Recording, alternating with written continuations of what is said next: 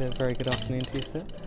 May I present your afternoon tea stand? We have a selection of sandwiches, some warm scones and pastries. There's something deeply traditional about British doubts over Europe. The multiple language, its volatile currency, the unwanted rules from Brussels. Unlike afternoon tea here at the Savoy, it all seems a bit foreign, a bit un-British.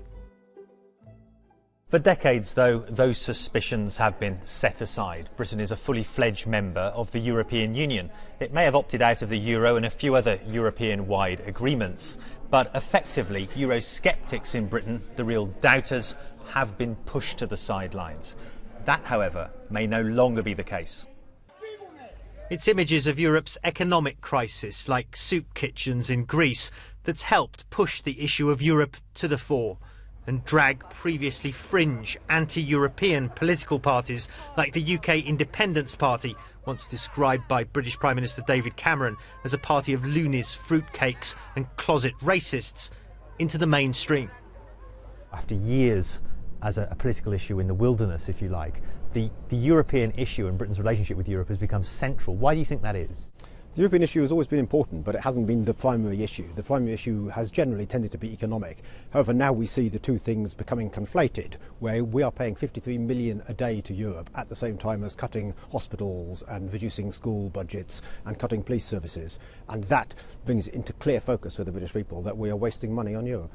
It's a message borne out by opinion polls. When Britain last voted on joining Europe back in 1975, just over 67% were in favour.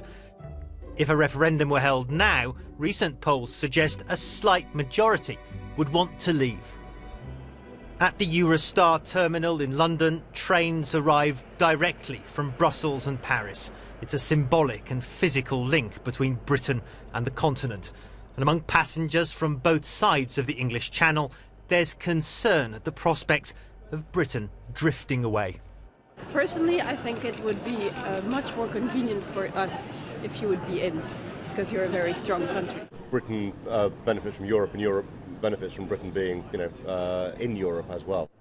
Britain should be leading Europe, say supporters of the Union, and end all the damaging talk about leaving it. Britain's success in the European Union is considerable. It comes down to two key things: Britain's success in achieving the single market and Britain's success in extending the single market throughout the entire continent. I mean, these are the two core anchors of what is today's European Union. Traditionally, Britain has tried to take what it wants from Europe and to stay away from the bits it doesn't like. But as the debate intensifies, this often sceptical nation may soon have to decide.